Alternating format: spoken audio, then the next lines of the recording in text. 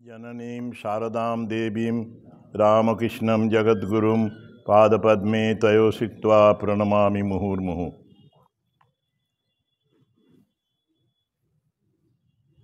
অগণ্য রকমের ছোট বড় পাত্র যদি সাগরের জলে ডুবিয়ে রাখা যায়, তাহলে প্রত্যেক পাত্রের ভিতরে সাগর যেমনভাবে থাকে, তেমনি রামকৃষ্ণদেবকে আমি প্রত্যেক বস্তুর মধ্যে দেখছি। এতে পূর্ণ কি অংশ বুঝে নাও। প্রশ্ন হয়েছিল তিনি পূর্ণ না অংশ। তবে এই যে ছোট বড় পাত্র দেখছো, কোনোটায় কম জল ধরে, কোনোটায় বেশি জল ধরে, সে শক্তির খেলা মাত্র। তারতম্য বলি আমরা, পার্থক্য। কোনোটায় বেশি শক্তি, কোনোটায় কম শক্তি। পাঠক, যদি প্রত্যেক ঘটে অর্থাৎ জীবে সেই সাগরের জল, তবে জীবের মধ্যে ভালো মন্দ, সৎ অসৎ ইত্যাদি এত রকমারি ভ্যারাইটি কেন? ভক্ত, আসলে লেখক বলছেন, লেখকই ভক্ত, সে গুণের জন্য। রামকৃষ্ণদেবের কথা জলমাত্রই নারায়ণ, উনি বলতেন আপো নারায়ণ। তবে এই জল নানা রকমের। কোনো জলে খালি হাত পা ধোয়া যায়, কোনো জলে স্নান করা চলে, কোনো জল এমন পবিত্র যে তার বিন্দু পানে কি স্পর্শে জন্ম জন্মান্তরের পাপ যায়। আবার এমন জল আছে যাকে ছোঁয়াও যায় না, ড্রেনের জল ইত্যাদি ছোঁয়া যায় না, বিষাক্ত থাকে এই জন্যে। আবার কোনো জল খাওয়া যায়, কোনো জলে নাওয়া যায়, স্নান করা যায়, কোনো জল বিন্দুমাত্র স্পর্শ করলে মুক্ত হয়ে যায় মানুষ। এই রকম রাম সব ঘটে ঘটে রয়েছেন। কোথাও সাধু রাম, কোথাও লম্পট রাম, কোথাও চোর রাম। কোনো রামকে নিয়ে আদর করতে হয়, পুজো করতে হয়, কোনো রামকে দূরে রেখে চলতে হয়। রামকৃষ্ণদেবের অপার উপমা সেই শ্যামা। কোথাও খাঁড়া ধরে আছেন শ্রীমন্দিরে, কোথাও বউ হয়ে কোণে ঘোমটা দিয়ে বসে, আর কোথাও বারান্দায় হুঁকো হাতে করে রয়েছেন। কর্তাকে হুঁকো দেবেন, তৈরি করে এনেছেন, সেই হুঁকো হাতে রেখেছেন। সর্বঘটে বিরাজ করে ইচ্ছাময়ীর ইচ্ছা যেমন। শ্যামা মা কালী সব ঘটে, অর্থাৎ সব জীবে, সব মানুষে, মনুষ্যতর জীবের মধ্যেও সেই এক শ্যামা মা। ঠাকুর বলতেন, বিড়ালের মধ্যেও দেখলাম মা, বিড়ালকে প্রসাদের লুচি খাওয়ালাম। এইরকমই এই অক্ষয় সেন পথিকার ভক্ত হিসেবে পাঠককে এই কথাগুলি উপহার দিচ্ছেন, ঠাকুরেরই কথা। যতদিন না রামকৃষ্ণদেবের কৃপা হয়, ততদিন এই যে শক্তির খেলা, এসব কিছুই বোঝা যায় না। তাঁর কৃপা ছাড়া, তাঁর দয়া ছাড়া এই যে ভগবান সর্বভূতে আছেন এবং তিনি সর্বরূপে আছেন, সর্বভূতের মধ্যে রয়েছেন, জীবের মধ্যে আছেন, মানুষের মধ্যে আছেন, মনুষ্যতর জীবের মধ্যে আছেন, ভালোর মধ্যে আছেন, মন্দের মধ্যে আছেন, সেইটি তাঁর কৃপা ছাড়া বোঝা যায় না। পাঠক, ভগবান যখন সকল হয়েছেন আর তিনি চৈতন্যস্বরূপ, তখন পাহাড় পাষাণ প্রভৃতি জড়ের মধ্যে চৈতন্যের খেলা খই। এই বুড়ি, মোবাইলটা বন্ধ অফ করে দাও বাবা। তোমরা এই ঘরে ঢুকবে, তখনই দয়া করে মোবাইল বন্ধ করবে। হ্যাঁ, নইলে বাইরে যাও না, কারো সাহায্য নিয়ে বন্ধ করে নেবে বাবা। আজকে কাশীপুরে এক ভদ্রলোক এসেছিল, ওর সাথে অনেকগুলি লোক ছিল, রাস্তায় আসছে, বললাম ফোন করে নাও। বললো আমি ক্যাম্পাসে ঢুকেছি, ফোন আনিনি। মঠে যখন আসি তখন ফোন আমি আনি না, আমার গাড়িতে বা কোথাও বাইরে রেখে দিই। তোমাদের ওই অভ্যাস যদি করতে পারো তাহলে শান্তি পাবে গো, তা নইলে অশান্তিগুলো কমবে না। আজকে বড্ড অশান্তিতে ভুগছে মানুষ, চঞ্চলতার জন্যে। আর যেন একটাও না বাজে। সবার মধ্যে যাদের যাদের ফোন আছে সবগুলো চেক করে নাও, বন্ধ করে নাও। এর পরের দিন থেকে যে কোনো ক্লাসেই আসবে, সারদাপীঠে, মঠে, অন্যত্র, সেখানে টেলিফোনগুলো বন্ধ করেই ঢুকবে।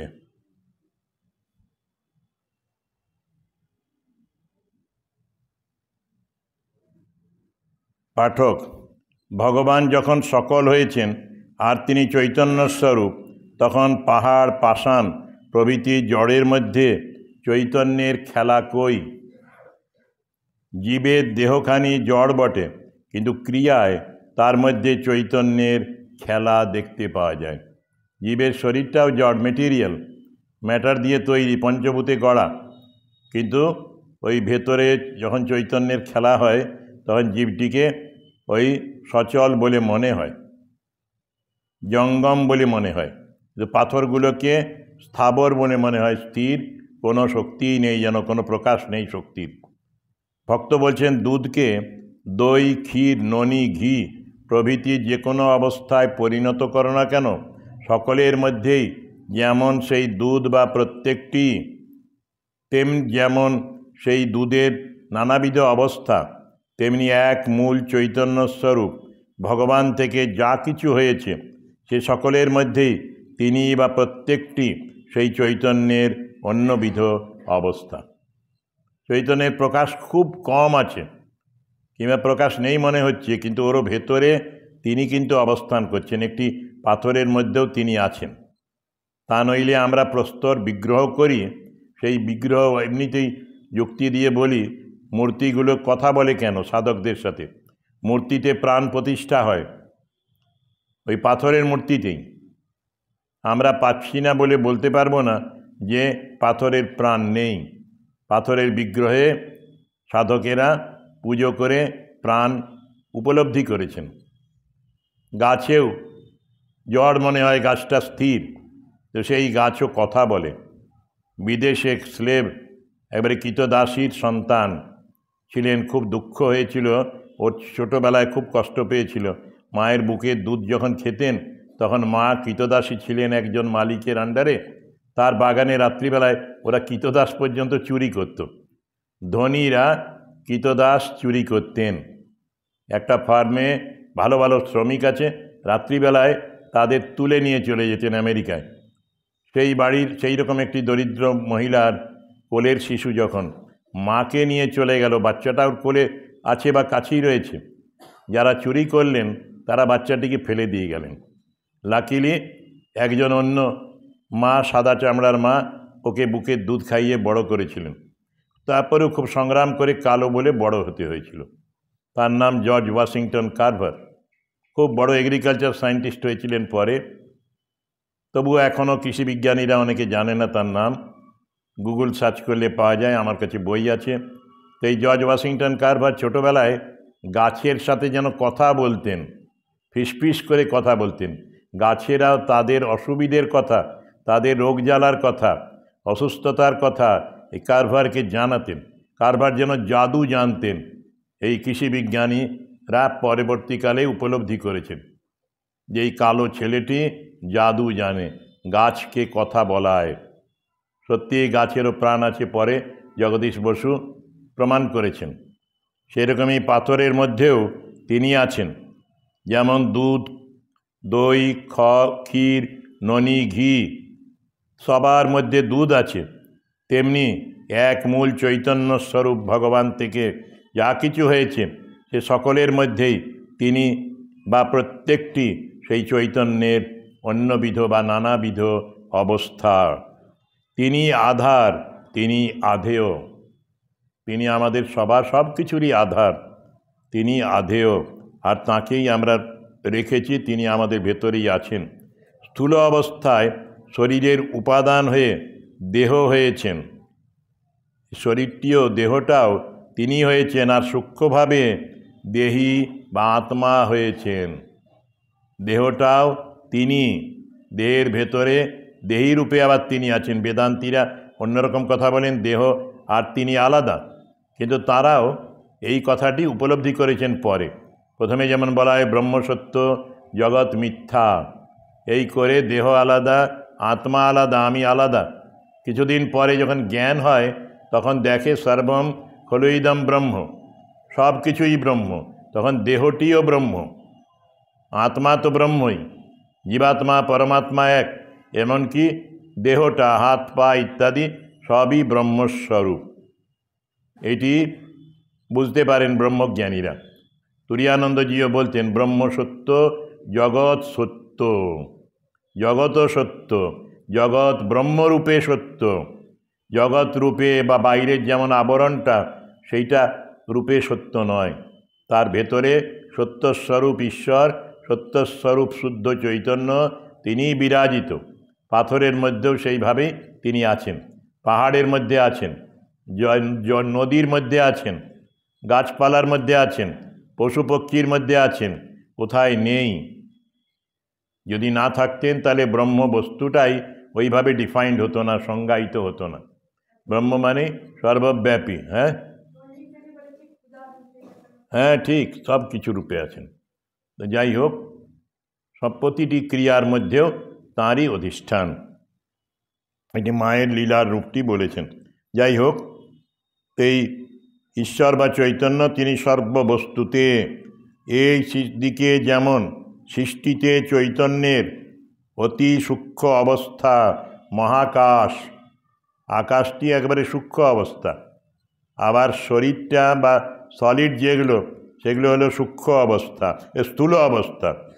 তাই বলছেন চৈতন্যের অতি সূক্ষ্ম অবস্থা আকাশ, মহাকাশের স্থূল হলো আকাশ, আকাশের স্থূল তেজ, তেজের স্থূল মরুত বায়ু, মরুতের স্থূল জল, জলের স্থূল ক্ষিতি। এইগুলি ক্রমান্বয়ে সূক্ষ্ম থেকে ওই স্থূলের দিকে যাত্রা। একটি আরেকটির থেকে স্থূল, একটির থেকে আরেকটি যেন সৃষ্টি হয়, এরকমভাবে বেদান্ত সারে ব্যাখ্যা আছে। তেমনি জীবের শরীর সম্বন্ধে পরমাত্মা সূক্ষ্ম অবস্থা, আর স্থূল জীবাত্মা। সূক্ষ্ম মানে যেটা ইন্দ্রিয় গোচর নয়, মন বুদ্ধির গোচর নয়, শুদ্ধ মন শুদ্ধ বুদ্ধির গোচর ঠাকুরের ভাষায়। এই পরমাত্মা হলো সূক্ষ্ম অবস্থা, আর তার স্থূল হলো জীবাত্মা। এই পরমাত্মাই স্থূলরূপে জীব শরীরগুলিতে জীবাত্মা রূপে আছেন। জীবাত্মার স্থূল মন, বুদ্ধি, চিত্ত, অহংকার, তার স্থূল পাঞ্চভৌতিক দেহ। মায়ার অদ্ভুত খেলা, এই যে পরিবর্তন, এই বিভিন্ন বস্তুর মধ্যে ঈশ্বরের অধিষ্ঠান, এইগুলিও মায়ার খেলা। বলা হয় যে শুদ্ধ ব্রহ্ম পরাৎপর রাম, শুদ্ধ ব্রহ্মের কোনো বিকার নেই, কোনো চৈতন্য প্রকাশ নেই, কিন্তু কালাত্মক পরমেশ্বর রাম। এই কালে অর্থাৎ সৃষ্টির পরে তিনি শুদ্ধ ব্রহ্ম, তিনি নানা রূপে লীলায়িত হয়েছেন। সেটি বলেন যে এই মায়ার অদ্ভুত খেলা। পাঠক বলছে শ্রোতা এই বললেন ভগবানের খেলা, আবার মায়ার খেলা বলছেন। মায়া শুনেছি ভুল, অনিত্য, ঐন্দ্রজালিক মাত্র। ভক্ত বললেন মন আদির অতীত, অতি সূক্ষ্মতম চৈতন্যস্বরূপ ভগবান যে শক্তিতে এত স্থূল হয়ে এই জীব জগৎ রূপে পরিণত হন, সেই শক্তির নাম মায়া। এই যে শুদ্ধ ব্রহ্ম পরাৎপর রাম, তিনি ওই দশরথ পুত্র হয়ে রাম হয়ে জন্মালেন, এটিও মায়াকে অবলম্বন করে। গীতার ভাষ্যে অবতার তত্ত্ব বলতে গিয়ে 4th অধ্যায়ে যদা যদাই ধর্মস্য ইত্যাদি যেখানে আছে, তো সেখানেই আছে শঙ্করাচার্য বলছেন দেহবান ইব জাতইব। দেহবান বলে মনে হয়, জন্ম হয়েছে বলে মনে হয়, এবং এই সবগুলি হয় মায়াকে আশ্রয় করে। মায়া শক্তি লীলা শক্তি। বলছেন শক্তিতে এত স্থূল হয়ে এই জীব জগৎ রূপে পরিণত হন, সেই শক্তির নাম মায়া। মায়া মানে ওই অনিত্য নয়, এই শক্তিটিকে মায়া। আর ঠাকুর বলতেন ব্রহ্ম আর ব্রহ্মশক্তি অভেদ, মায়াও ব্রহ্মেরই সাথে অভিন্ন ব্রহ্মশক্তি। সেই শক্তির নাম মায়া। ভগবান যেমন সত্য নিত্য, তাঁর মায়াও তেমনি সত্য নিত্য। এটি ঠাকুরের একটা বিশেষ বাণী। যে ব্রহ্ম সত্য, জগৎ সত্য, ঈশ্বর সত্য, আর মায়াও সত্য। ঈশ্বর যদি সত্য হন, তাঁর শক্তি মায়া মিথ্যা হতে পারে না। ব্রহ্ম এবং তার শক্তি এক, অগ্নি আর তার দাহিকা শক্তি একই বস্তু, অগ্নিরই দাহিকা শক্তি, সেটি এখানে বলছেন। মায়া শক্তি, এই মায়া শক্তি লীলা শক্তি, তাঁর মায়াও তেমনি সত্য নিত্য। সত্য নিত্য হতে যা জন্মে তা কি কখনো অসত্য অনিত্য হয়? এই মায়া তো সত্য বা নিত্য পদার্থ, ঈশ্বর থেকেই মায়ার জন্ম হয়েছে, প্রকাশ হয়েছে, সুতরাং সেটিও অসত্য এবং অনিত্য নয়। এই মায়া শক্তি, লীলা শক্তি, এগুলো আসলে চট করে বোঝা মুশকিল, কিন্তু ধ্যানের বিষয়, অনুধ্যানের বিষয়, চিন্তা করতে করতে একদিন এটি অনুভব হয়। আত্মাবরে শ্রোতব্য বলেছে, মন্তব্য শোনো, মনন করো, চিন্তা করো, তারপরে নিদিধ্যাসন করো, গভীর ধ্যানে মগ্ন হও। ধ্যানের গভীরে চলে গেলে এই সত্যগুলি যেগুলি ঠাকুর বলছেন, অক্ষয় সেন যেগুলি বলেছেন এখানে, সেইগুলি আমাদেরও উপলব্ধি হবে। এখন শুনতে হবে, কেবল শুনে ভাবতে হবে। এই মা শক্তি লীলা শক্তি, এই শক্তির বলে তিনি লীলা করেন। এই যে রামলীলা, এই যে রামকৃষ্ণ লীলা, সারদা লীলা, বিবেকানন্দ লীলা, ব্রহ্মানন্দ লীলা, তাদের যে জীবন, এটিকে বলে ডিভাইন স্পোর্টস, দৈবী লীলা, দৈবিক খেলা। সেইটি হচ্ছে মায়া শক্তি, লীলা শক্তি। এই শক্তির বলে, এই শক্তির শক্তিতেই বা এই শক্তিকে অবলম্বন করেই তিনি তার লীলা খেলা করেন, স্পোর্টস করেন, ডিভাইন স্পোর্টস। মায়া শক্তি ঈশ্বরাধীন হয়েও ঈশ্বরের চেয়ে মায়ার মহিমা বেশি। ঠাকুর বলছেন জজের থেকে তার পেয়াদার ক্ষমতা বেশি। আমরা দেখি স্বামীজির বাল্যকালে স্বামীজি গেলেন সিরাপিস নামের যুদ্ধজাহাজ দেখতে। গেটে যখন যাচ্ছেন, একটা খোট্টা ছিল হিন্দুস্তানি, বড় বড় মোচ, এই বড় মোচ গোঁফ, সে বলল তোমরা শিশু, বাচ্চা যেতে পারবে না, you are not allowed to go. Swami Vivekananda বুঝলেন ওই কথাটি, জজের থেকে পেয়াদার ক্ষমতা বেশি, পরে বুঝতে পারলেন। গোপ বাড়িটা ছিল, বাড়িটার চারদিকে ঘুরলেন, ঘুরে পেছন দিকে একটা পাকানো সিঁড়ি ছিল, সেই সিঁড়ি দিয়ে উঠলেন ওপরে। পেছন দিক দিয়ে অফিসার, যিনি কনসার্নড অফিসার, যিনি পারমিশন দিচ্ছিলেন জজ সাহেবের মতো, তার কাছে গিয়ে উপস্থিত হলেন বিলে। ছোট্ট ছেলে 7-8 বছরের, গিয়ে ইংরেজি বাংলা মিশিয়ে বললেন তাদের উদ্দেশ্য কি এখানে আসার। ছোট বন্ধুরা আসেনি, আমরা 7-8 জন এসেছি যুদ্ধজাহাজ দেখব। সাহেব এত খুশি হলেন বিলেকে দেখে, খচখচ করে লিখে দিলেন, অর্ডার দিলেন। এবারে সোজা পথে নামলেন। নামার পরে ওই হিন্দুস্তানি মোচওয়ালা লোকটি বলল, তুমি कैसे गया था? এই কথা বলো না তোমরা। কে কথা বলছিলে? না, আর কথা বলবি না, বস, কথা বলবি না কিছু। না ঠিক আছে, ওইটা তোকে বলতে হবে, সবাই জানে পিসি সরকার দেখেছে, এখানে কেউ নেই যে পিসি সরকারের নাম জানে না। এখন পিসি সরকারের ছেলে করে, যা ওগুলো বলতে হবে না, পরে বলবি বাবা। না না, দোষ তোরা এরকম করিস মাঝে মাঝে, আমি জানি। ঠিক আছে ঠিক আছে, যাই হোক, আর কথা বলিস না, চুপ কর। আমি খুঁজছি কোথায় আমি আটকে গেলাম, বুঝলি? হ্যাঁ, তারপরে পারমিশন হয়ে গেল, তখন বেরিয়ে আসতেই দারোয়ান জিজ্ঞেস করলো, আমি তো তোমাদের যেতে দিইনি, হিন্দিতেই বলল, কি করে গেলে? তখন স্বামীজি বলেছিলেন, তখন স্বামীজি হননি বিলে, বললেন मैं জাদু জানতা है, আমি জাদু জানি। ওইটাই রিয়েলাইজেশন হলো যে সত্যি সত্যি ঠাকুর যে বলতেন জজের থেকে পেয়াদার ক্ষমতা বেশি। পারমিশন যে দিল, সেই পারমিশন দিয়ে দিল, আর দারোয়ানটা পারমিশন দিল না, যেতেই পারবে না। যদি সাধারণ ছেলে হতো, বোকা হতো, আনস্মার্ট হতো, ফিরে যেত বাড়ি, কান্নাকাটি করতে, যেতে পারলাম না। কিন্তু স্বামীজি দম্বার পাত্র নন। বিবেকানন্দ কোনোদিন পিছিয়ে আসেননি, পরাজিত হননি। সেই জন্যই উনি বলতেন অনওয়ার্ড অনওয়ার্ড, ফরওয়ার্ড ফরওয়ার্ড, এগিয়ে চলো এগিয়ে চলো এগিয়ে চলো, যতদিন না লক্ষ্যে পৌঁছচ্ছ, উপনিষদের মতো, সেটি বলছেন। তাই বলছেন স্বামীজি, এই অক্ষয় সেন, এই মায়াশক্তি ঈশ্বর অধীন হয়েও ঈশ্বরের চেয়ে মায়ার মহিমা বেশি, মায়ার শক্তি বা মহিমা বেশি। মায়াশক্তির খেলা না থাকলে ঈশ্বরের সত্তা, ঈশ্বর ভিন্ন আর কারোরই উপলব্ধির উপায় নেই। মায়াকেই বলতে হয়, দাঁত ছেড়ে দাও, আমাকে একটু ঠাকুরের স্বরূপ দেখাও। লীলা শক্তির খেলা ব্যতীত সৃষ্টিই নেই, আর সৃষ্টিটা হচ্ছে লীলা শক্তির খেলা। এই যে জগৎ ব্রহ্মাণ্ড চলছে, আমরা ভাবি আমরা করছি, আমরা খেলছি। খেলোয়াড়রা বলে আমরা খেলছি, মাঝে মাঝে রাজনীতির দলে বলে খেলা হবে, খেলা হবে দেখব।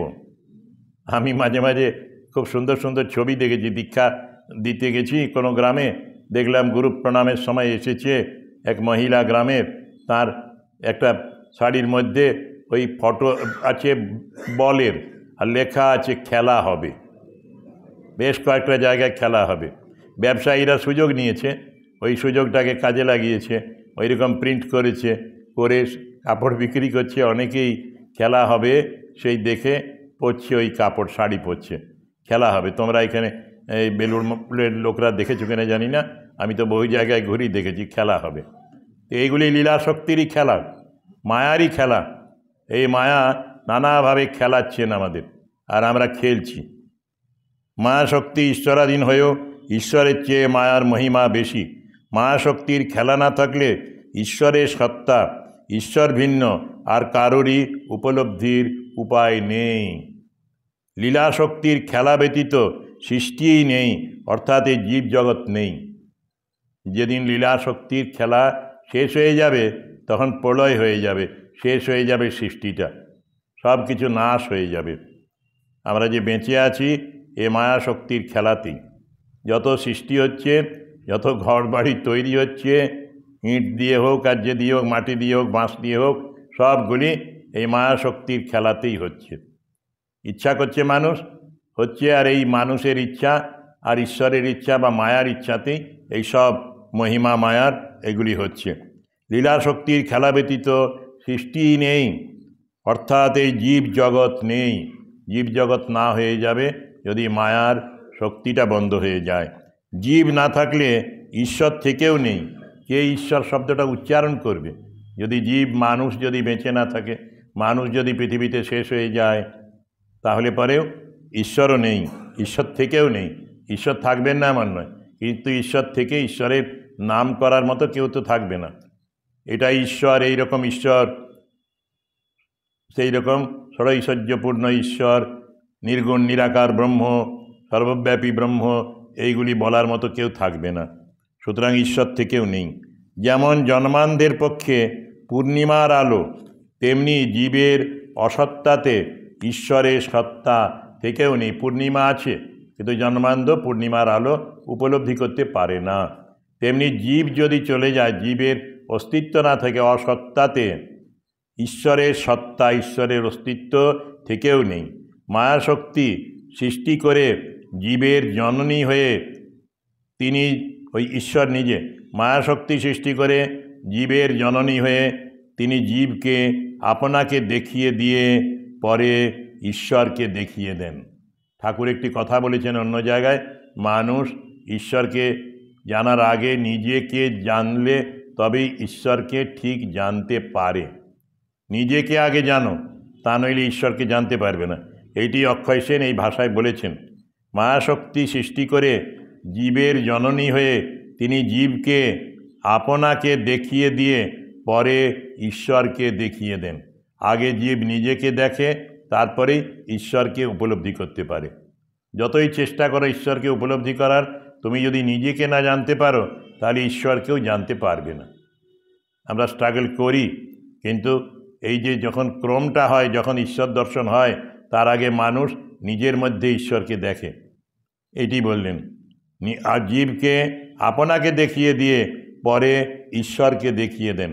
যেমন দর্পণ সহায় আয়নায় প্রতিচ্ছায়া দেখা যায়, সেইরূপ জীব মায়াতে সৃষ্ট হয়ে সেই মায়ার সাহায্যেই ঈশ্বর দর্শন করে।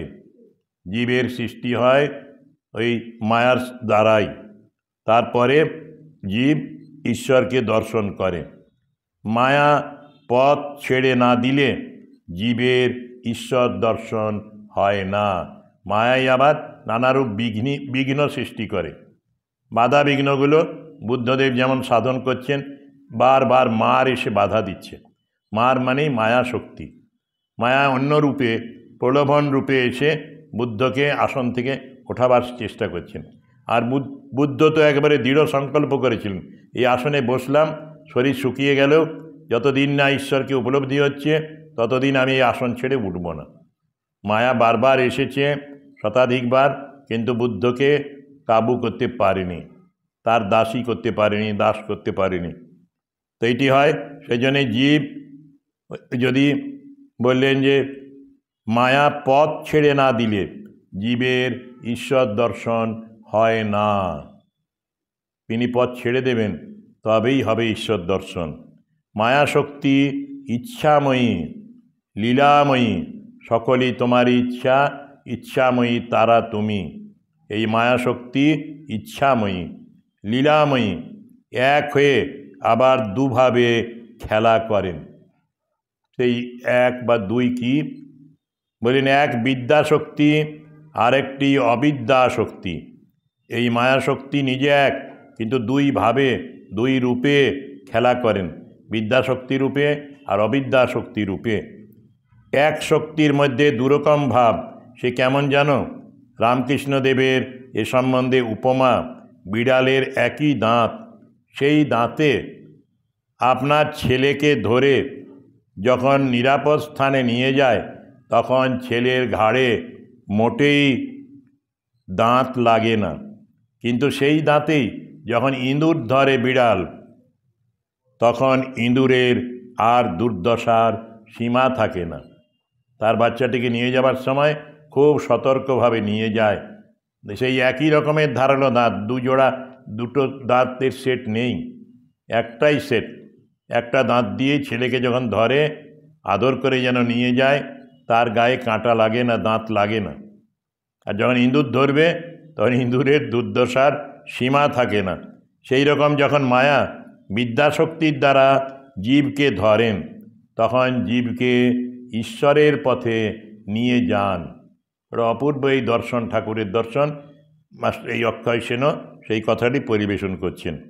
জীব মায়া বিদ্যাশক্তির দ্বারা জীবকে যখন ধরেন, তখন জীবকে ঈশ্বরের পথে নিয়ে যান। এটি ধ্যানের বিষয়।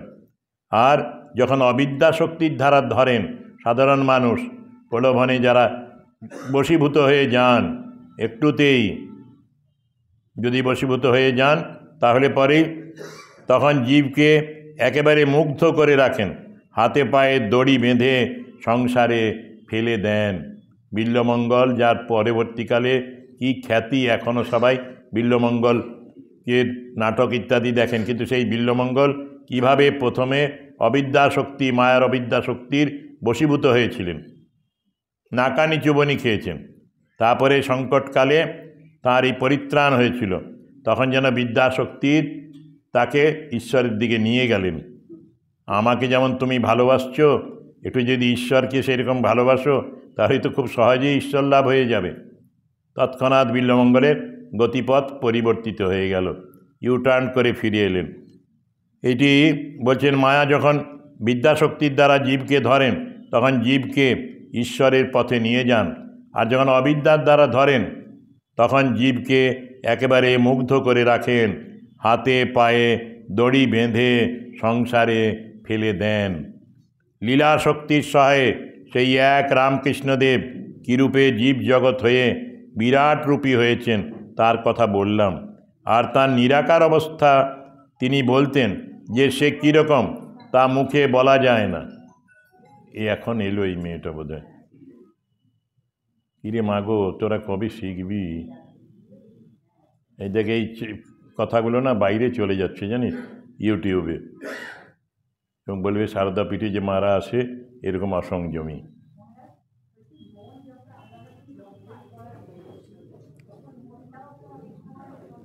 হ্যাঁ, পরে কথা বলবে, পরে কথা বলবে। মন তো চঞ্চল, গীতাতে আছে, অভ্যাস এবং বৈরাগ্য দিয়ে মনটাকে শান্ত করতে হবে, তাহলেই শান্ত মনে তখন বিদ্যাশক্তির খেলা অনুভব করতে পারবে। বিদ্যাশক্তি তোমাকে আশ্রয় করে ঈশ্বরের পথে নিয়ে যাবেন। যাই হোক, লীলাশক্তির সহায়ে সেই এক রামকৃষ্ণদেব কীরূপে জীব জগৎ হয়ে বিরাট রূপী হয়েছেন তার কথা বললাম। আর তার নিরাকার অবস্থা তিনি বলতেন যে সে কীরকম তা মুখে বলা যায় না। সেখানে জীব জগৎ নেই, সৃষ্টি নেই, সব উড়ে যায়। সেখানে তুমি যেমন শুনেছ মায়া ভুল ও ইন্দ্রজালিক, তাই মায়া ভুল হয়েও সত্য আর সত্য হয়েও ভুল। এ সম্বন্ধে পরমহংসদেবের একটি সুন্দর মীমাংসা আছে। তিনি বলতেন, জীব জগৎ যখন আমি স্পষ্ট দেখতে পাচ্ছি তখন কি করে মিথ্যা বলে বলি। আবার শঙ্করের যে মত, সে মতে জীবজগৎ থাকে না। মীমাংসার কথা যেটি সেটি এই, তাও বটে নাও বটে। ঈশ্বরীয় অবস্থার ইতি হয় না। ভগবান এইটি অপর কিছু নন বা হতে পারেন না এমন কথা বললে তাঁর ইতি করা হয়, তাকে সীমাবদ্ধ করা হয়। তিনি সব হতে পারেন, তার সম্বন্ধে সব সম্ভব। এই ঠাকুরের মীমাংসা। এইটি সত্য যে বলে নিরাকার আর সাকার। তিনি নিরাকার, তিনি সাকার। তিনি নিরাকারও বটেন। যারা নিরাকারবাদী, নিরাকারের চিন্তা করতে করতে দীর্ঘদিন নিরাকার ঈশ্বরকে দর্শন করেন। ঠাকুর অন্যভাবে বলেছেন, জল এমনিতে নিরাকার। এই জ্ঞান সূর্য উঠলে বরফ গলে জল হয়, আবার ভক্তিহীনে জল জমে বরফ হয়ে যায়। যে জল বরফ, সেই জলই আবার জল, তরল পদার্থ নিরাকার। আর সাকার হলো বরফ। বরফের নানা আকার। হরিদ্বার থেকে গঙ্গোত্রীর দিকে গেলে কিংবা ভুজবাসা থেকে বা গঙ্গোত্রী থেকে ভুজবাসা যেতে গেলে গোমুখের পথে অনেক বরফ ভেসে আছে, সাকার বিগ্রহ, যেন অনেক দেবদেবী। মাঝে মাঝে আবার বরফের টুকরোগুলোতে ঝগড়াঝাঁটি হয়, ঘর্ষণ হয়।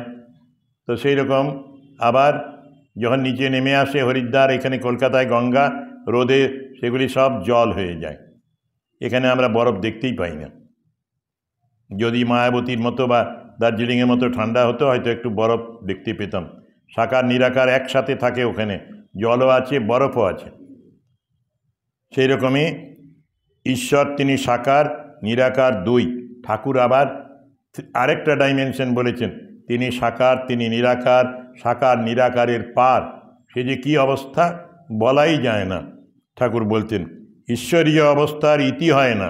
ভগবান এইটি, অপর কিছু নন বা হতে পারেন না এমন কথা বললে তার ইতি করা হয়, তাকে সীমাবদ্ধ করা হয়। এইটি তো সীমা, যে তিনি এইটুকু, আর এর বাইরে নেই। যেমন কুয়োর ব্যাঙ কুয়োতে থেকে থেকে কুয়োর বাইরে আর কিছু আছে বিশ্বাসই করতো না। সমুদ্রের ব্যাঙ যখন এলো, বললে তুমি কোথার থেকে এলে? আমি সমুদ্র থেকে। সমুদ্র কেমন, কত বড়, আমার এই কুয়োটার মতো? সে বলে, এখানে বসে তুমি কল্পনাই করতে পারো না। সে বারবার লাফ দিচ্ছে একদিক থেকে একদিকে, বলছে এত বড়। সমুদ্রের ব্যাঙ বলছে এর থেকেও বড়। বলে না, নেই, আমি বিশ্বাস করি না, তুমি এখান থেকে চলে যাও। এই কেউ যদি বলে যে সমুদ্র নেই, এই অসীম, তিনি সসীম, সম্ভব নয়, তার বলা ভুল। তাই বললেন যে যদি তুমি বলো ঈশ্বর এইটুকু, তাহলে তাকে ছোট করে ফেললে, তার শেষ করে ফেললে। একদিক দিয়ে বলা যায় খারাপ ভাষায়, তাকে তুমি মেরেই ফেললে। তিনি বিরাট অসীম, তিনি ছোট নন। কেউ কেউ ছোট্ট গোপাল পুজো করে, বাড়িতে রাখে, ভাবে ওইটুকুটাই গোপাল। কিন্তু ওই ছোট্ট গোপাল নয়, গোপাল নয় আসলে। গোপালের বিরাট স্বরূপ তার মা ছোটোবেলায় দেখেছিলেন। যখন সে মাটি খেয়ে ঘরে ফিরেছিল, তারপরে হাঁ করতে বললেন, তখন দেখলেন তার শরীরের মধ্যেই, তার মুখগহ্বরেই সারা বিশ্ব ব্রহ্মাণ্ড রয়েছে। আমাদের একাদশ অধ্যায় গীতাতে আছে, ভগবান শ্রীকৃষ্ণকে অনুরোধ করলেন, অর্জুন তোমার বিশ্বরূপ দেখাও। তখন তো অর্জুনের মতো বীর ভয় পেয়ে গেলেন, এত বিশাল তার রূপ। তার মুখে দাঁতে সব যেন এক একটা বীর, সব বীর পুঙ্গবদের তিনি চিবিয়ে খাচ্ছেন, জ্বলছেন আগুনের মতো। সেখানে বর্ণনা আছে, যদি দিনের বেলায় 1000 সূর্য একসাথে ওঠে, তাও তার তেজ বা জ্যোতির সাথে তুলনা করা যাবে না। এত জ্যোতির্ময় তিনি। দিবি সূর্য সহস্রস্য বলে মন্ত্র আছে, একসাথে যদি প্রকাশ হয় হাজার সূর্যের, তাও কৃষ্ণের জ্যোতির সাথে সমান হবে না। বিশ্বরূপের যে রূপ দেখালেন তখন, তারপরেই অর্জুন ভয় পেয়ে বললেন, হার সহ্য করতে পারছি না, তুমি আবার পূর্বের রূপে ফিরে এসো। এই জন্য বিরাট এক রূপ দেখালেন, তারপরে আবার সীমিত রূপ দেখালেন। কিন্তু কৃষ্ণ কোনোদিনই ছোট নন। রামকৃষ্ণদেব ছোটোবেলাতেই নানা রকমের লীলা দেখিয়েছিলেন।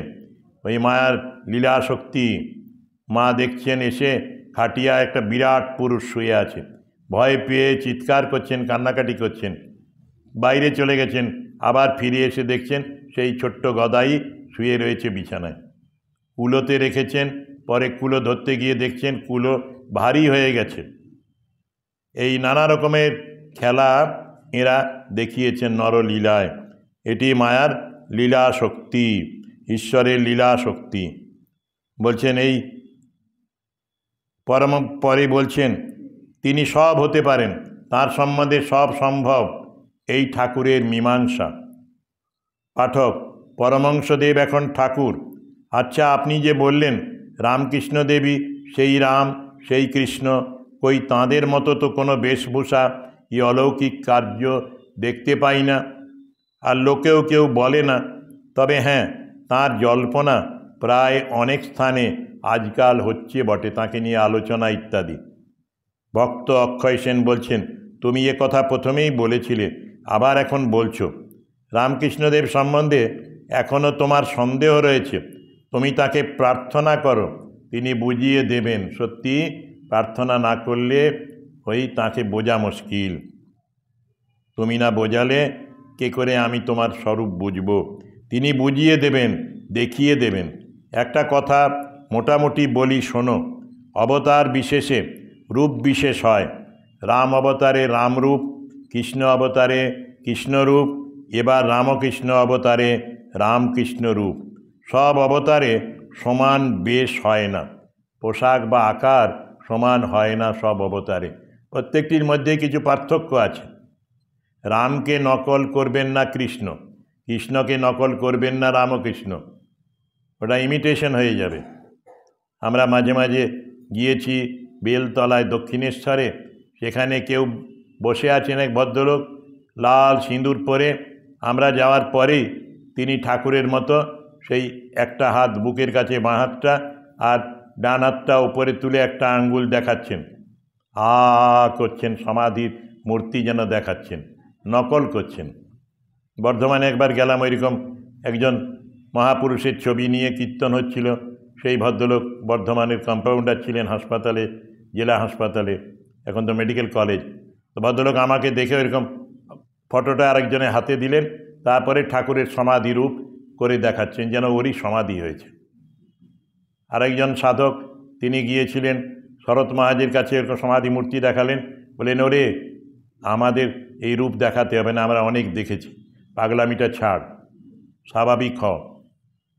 সত্যি রাম কৃষ্ণ, রামকৃষ্ণ, বুদ্ধ, চৈতন্য সবার এক এক রকমের বেশ, এক এক রকমের খেলা, এক এক রকমের লীলা, রূপ এক এক রকম।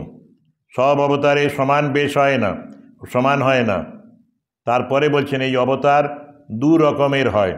কেমন? এক অবতার ভূভার হরণের জন্য, সাধুদের পরিত্রাণের জন্য, আর এক দুষ্ট দমনের জন্য।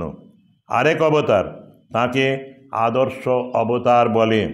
এই অবতারের কার্য ধর্ম সংস্থাপন করা, জীবকে শিক্ষা দেওয়া, আর পতিতের উদ্ধার করা। আদর্শ অবতারে ঐশ্বর্য ব্যক্ত থেকেও থাকে না, তারা ওই বাহ্যিক শক্তি দেখান না। রাম বা কৃষ্ণ যে শক্তি দেখিয়েছেন, রামকৃষ্ণ ঠাকুর বাহ্যত সেই শক্তি দেখাননি। ঐশ্বর্য ব্যক্ত থেকেও থাকে না, তার নেই তা নয়। নরেনকে বলেছিলেন অষ্টসিদ্ধির সব আমার আছে, তুই নিবি? নরেন পরিষ্কার বললেন, এ দিয়ে কি ভগবান দর্শন হবে? না, হবে না, তাহলে আমি চাই না। ঠাকুরের সব ঐশ্বর্য ছিল, কিন্তু সব লুক্কায়িত ছিল, তিনি লুকিয়ে রেখেছিলেন, প্রকাশিত করেননি। তা নইলে তো তার পেছনে লক্ষ লক্ষ লোক ছুটত, মার্কেট হতো, কিন্তু ঠাকুর ওইটি তার বৈশিষ্ট্য। তিনি ধর্ম স্থাপনের জন্য এসেছেন, এটা বিরাট সংঘ স্থাপনের জন্য এসেছেন, জীবকে শিক্ষা দেওয়ার জন্য এসেছেন। নরেনকে নিয়ে এলেন সপ্তর্ষি থেকে, পরে কাশীপুরে লিখে দিয়ে গেলেন নরেন শিক্ষে দেবে, ঘরে বাইরে হাঁক দেবে। এই জীবশিক্ষার তিনি যতদিন জীবিত ছিলেন শিক্ষা দিয়েছেন, তারপরে উত্তরাধিকার করে গেলেন, দিয়ে গেলেন। আর পতিতের উদ্ধার করা। আদর্শ অবতারে ঐশ্বর্য ব্যক্ত থেকেও থাকে না, বেশভূষার আড়ম্বর থেকেও থাকে না। তার বেশভূষা থাকবে না এমন নয়, চাইলেই সোনার কাপড় পরতে পারতেন, সোনার বর্ডার দেওয়া, এনেও ছিলেন কখনো কখনো চেয়ে, তারপরে থু থু করে ফেলে দিয়েছেন। বলছেন ঐশ্বর্য ব্যক্ত থেকেও থাকে না, বেশভূষার আড়ম্বর থেকেও থাকে না, থাকে কেবল মাধুর্য। তার মুখ, তার হাসি, সেই মাধুর্য, সেইটি তার বৈশিষ্ট্য, সেটি থাকে। ঈশ্বরের মাধুর্যটি এই আদর্শ অবতারে নিরৈশ্বর্যে ঐশ্বর্যবান, এটিই যেন মহা ঐশ্বর্য। শক্তিকে যে লুকিয়ে রাখতে পারে, নিজের ঐশ্বর্যকে যে লুকিয়ে রাখতে পারে যে অবতার, তিনি আসলে যেন বেশি ঐশ্বর্যবান। সেটি বলছেন নিরৈশ্বর্যে ঐশ্বর্যবান ও অরূপে রূপবান। রূপও ছিল তার, রূপটাকে লুকিয়ে দিতে বললেন মাকে। তা নইলে কীরকম ভিড় হতো, গাছে পর্যন্ত লোক চড়ে থাকতো দেখার জন্যে তাকে একটুকু। তাই বলছেন রূপে অরূপে রূপবান। শ্রীরামকৃষ্ণ পুঁথি এই সম্বন্ধে যা বলে তোমাকে তা শোনাই, শোনো এখন। আরে অবিশ্বাসী মন, কি কব তোমাকে, চিরকাল মগ্ন তুমি সন্দেহের পাঁকে। যদি না বিশ্বাস তোর, মোর কি বা ক্ষতি, মুই জানি প্রভু মোর অখিলের পতি। ত্রাতা পাতা নেতা পথে হৃদয় বিহারী, সংসার জলধি জলে পারের কাণ্ডারি। রতন মানিক মম প্রাণ বুদ্ধি বল, সম্পদ বিপদ সখা সহায় সম্বল। ঐশ্বর্য দেখিয়া তত্ত্ব করিতে নির্ণয়, তোর মতো ছন্দ যেন মোর নাহি হয়। লেখক বলছেন পুঁথিকার যে ঐশ্বর্য দেখব তবেই বিশ্বাস করব তিনি ভগবান, এইরকম সন্দেহ আমার যেন না হয়। বলছেন হন শ্রীপ্রভুদেব পূজারী ব্রাহ্মণ, ঐশ্বর্য নেই, তিনি সাধারণ এক পূজারী ব্রাহ্মণ। পরগৃহবাসী কিংবা পরান্নে পালন, না হয় হন তিনি নিরক্ষর বেশ। অরূপ অগুণ কিবা অনুমত্ত অশেষ, না হয় হন পঞ্চভূত দেহধারী। দিনহীন দ্বিজ সাজ বালকাচারী, বসন ভূষণহীন সামান্যের ন্যায়। জীর্ণ শীর্ণ কলেবর, বেদনা গলায়, গলায় ক্যান্সার, গলায় ব্যথা। যত কিছু থাক তার না করি বিচার, ভজিব পুজিব প্রভু ঠাকুর আমার। চাহ তুমি বেশভূষা ঐশ্বর্য দর্শন এই রাম কৃষ্ণের মতো। বলছেন অঙ্গে কান্তি নবদুর্বাদলের বরণ, রতন কুণ্ডল কানে লম্ববান বেণী। বিজড়িত মুকুটেতে নানা রত্নমণি, পদে পদে অশ্ব গজ রথ শোভমান রাজপুত্রের মতো। পৃষ্ঠদেশে তুন ধরে করে ধরা ধনুর্বাণ, কনক বরণা বামে সীতা ঠাকুরানী। হরধনু ভঙ্গলব্ধ জনক নন্দিনী। আরে মন, নিরৈশ্বর্য দেখে পেলি ধোঁকা, নেই সেই রাম এই রামকৃষ্ণ রূপে ঢাকা। ভেতরে রামকৃষ্ণই আছেন, এই রাম আছেন রামকৃষ্ণ রূপে ঢাকা। চাও তুমি দেখিবারে শিরে শিখি পাখা, কৃষ্ণের মতো শোভিত সুন্দর ভালে অলকা তিলকা। দুলু দুলু গজমতি অতুল নাসায়, চন্দ্রমা কিরঞ্জিনী কৌস্তব গলায়। নয়ন দুখানি বাঁকা আকর্ণ পূরিত, কান্তিময় নীল তনুচন্দন চর্চিত। মনোহর পীতবাস জড়িত তড়িতে, ভুবন মোহন বেণু ঠামে ধরা হাতে। শিরাধার প্রেমে বাঁকা ত্রিভঙ্গিম ঠাম, গোপীমন বিরঞ্জন নটবর শ্যাম। দুলে গলে বনমালা আপাদলম্বিত, পীতধরা গুঞ্জ বেড়া অঙ্গে সুশোভিত। কৃষ্ণকে এরকম করে চাও। কনক নূপুর পায় রুণঝুনু রব, রকত উৎপল যিনি চরণ সৌষ্ঠব, পায়ে পায়ে প্রস্ফুটিত কমল আবলি, মকরন্দ গন্ধে ছুটে ঝাঁকে ঝাঁকে অলি। আরে মন নিরৈশ্বর্য দেখে পেলি ধোঁকা, সেই কৃষ্ণ এই রামকৃষ্ণ রূপে ঢাকা। যে রাম, যে কৃষ্ণ, সেই আসলে রামকৃষ্ণ। তিনি এবারে রূপটি ঢাকা দিয়ে এসেছেন। রাম রূপটিও ঢেকে রেখেছেন, কৃষ্ণ রূপটিকেও আবরণ করে রেখেছেন, ঢেকে রেখেছেন। সেই রাম, সেই কৃষ্ণ এই রামকৃষ্ণ রূপে ঢাকা, নিজেকে নিজেই ঘোমটা দিয়ে ঢেকে রেখেছেন। সেই রাম, সেই কৃষ্ণ রামকৃষ্ণ সাজে, লীলান্তরে রূপান্তর আপনার কাজে। এই যে বিশেষ কাজ ধর্মস্থাপন ঊনবিংশ শতাব্দীতে, সেইটি করার জন্যেই লীলান্তর, রামলীলা কৃষ্ণলীলার থেকে পৃথক এক লীলা। সেই লীলান্তরে রূপান্তর আপনার কাজে, রূপান্তর মাত্র, কিন্তু গুণান্তর নয়। ঈশ্বরের যে গুণ, সব গুণ তার মধ্যে ছিল। মহৎ লীলা শ্রীপ্রভুর সাক্ষী পরিচয়। যখন যে রূপ সাজ হয় দরকার, নাটকে যেমন বিভিন্ন পদে বিভিন্ন পাঠ নেয়, বিভিন্ন রকমের পোশাক পরে, এরকম রাম অবতারে একরকম পোশাক, হাতে একরকম অস্ত্র ধনুর্বাণ আদি, কৃষ্ণ অবতারে আরেক রকম, রামকৃষ্ণ অবতারে আরেক রকম। যখন যে রূপ সাজ হয় দরকার, সে রূপে সে সাজে অবতীর্ণ অবতার। আদর্শ অবতার রামকৃষ্ণের এই বর্ণনা পুঁথিকার দিয়েছেন। সমভাবে সেই শক্তি বিরাজিত কার্যে, ঐশ্বর্য বানেতে যেন তেন নিরৈশ্বর্যে। ঐশ্বর্যবান যেমন দেখিয়েছেন তার ঐশ্বর্যের মধ্যে দিয়ে ঈশ্বরের প্রকাশ, তেমনি নিরৈশ্বর্য রামকৃষ্ণ সেই নিরৈশ্বর্যের মধ্যে দিয়েই ঈশ্বরের সমূহ শক্তিকে প্রকাশ করেছেন তাঁর লীলাতে, রামকৃষ্ণ লীলায়। ভগবান যে রূপই ধরুন না কেন, তাঁর সেই রূপে তাঁর সব রূপ থাকে। পূর্ব অবতারের যত রূপ, সব রূপই তার মধ্যে ঢাকনা দেওয়া ছিল। দাতা কর্ণের ঘরে যখন বুড়ো থুরথুরে বামন হয়ে হাজির তিনি, তখন কি ভিতরে তাঁর কৃষ্ণরূপ ছিল না? কৃষ্ণ অবতারে হনুকে রামরূপ দেখাতে হয়েছিল, হনুমানজিকে রামরূপ দেখিয়েছিলেন কৃষ্ণ অবতারে। রামকৃষ্ণদেবও অনেক রূপ অনেক ভক্তকে দেখিয়েছেন। শ্রীরামকৃষ্ণ পুঁথিতে এর বিশেষ বিশেষ বর্ণনা আছে। রামকৃষ্ণ রূপ ছাড়া রামকৃষ্ণ ভক্ত অন্য রূপ দেখতে চান না। একবার ঠাকুর গিরিশবাবুকে বললেন, তুই কিছু দেখবি? ভক্ত উত্তর করলেন, তুমি তার ভিতরে থাকবে তো?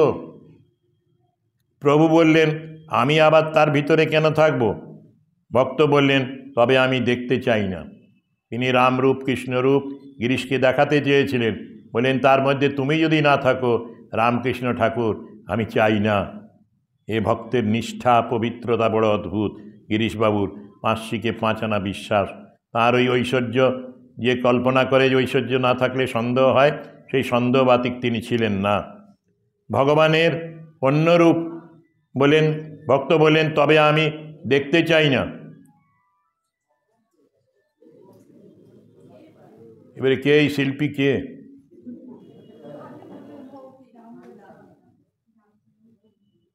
এই বাবা, তোমরা কিন্তু শুনছো না কথা। তোমাদের আমি শেষে এটা বন্ধ করে একটা গল্প বলবো, যদি তোমাদের হয়, চেতনা হয়, সেই জন্যে রেকর্ড করব না। ভগবানের অন্য রূপ দেখে ভগবানকে পরীক্ষা করে নেয়া অপেক্ষা ভগবানে মনের অবিশ্বাস আর কিছুতেই নেই।